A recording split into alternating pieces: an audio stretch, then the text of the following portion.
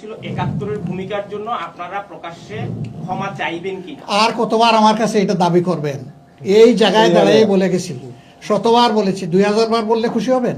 আবার বলুন। আমরা দরকার নাই আমার, একই কথা বারবার বলবো কেন? আমার প্রশ্নটি হচ্ছে জনাব তারেক রহমান লন্ডনে বিএনপির ভারপ্রাপ্ত চেয়ারপারসন তিনি বলেছেন যে ৭১-এ আপনাদের ভূমিকা জাতি দেখেছে।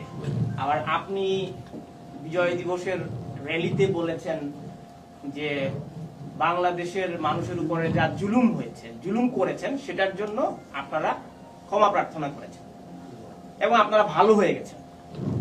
তো কোন জুলুমের কথা বলবেন যে আপনি কোন মিডিয়ায় কাজ করেন একটু প্লিজ? আমি তানভীর আহমেদ, আমার নাম, পলিটিকা নিউজ থেকে। Politika? So I think you are mature politician also, or politician maker. আপনি আমার বক্তব্য শুনেন নাই, বলুন। আপনি আমার কাট পিস শুনেছেন। বলুন আপনি। We had those yellow journalists. আমি মাপ চাই নাই, এটা ছিল ৯৬ সালে শেখ হাসিনার হাত জোড় করে মাপ চাওয়ার কাহিনী। সেইটাকে টুইস্টেড করে এনে আমার উপর ফেলা হয়েছে। এরপরে এরা সবাই আমাদের কাছে মাপ চেয়েছে।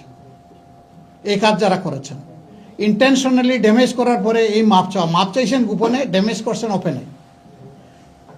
এই জায়গা থেকে সরে আসতে হবে, এটা আমার বক্তব্য নয় যেটা আপনি শুনেছেন। আমার প্রশ্নটি ছিল ৭১-এর ভূমিকার জন্য আপনারা প্রকাশ্যে ক্ষমা চাইবেন কি?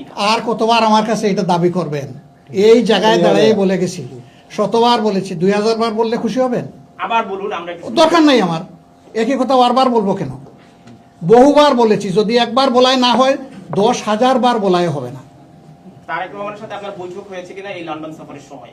আমার তো বৈঠকের কোনো পরিকল্পনাই ছিল না ওনার সাথে।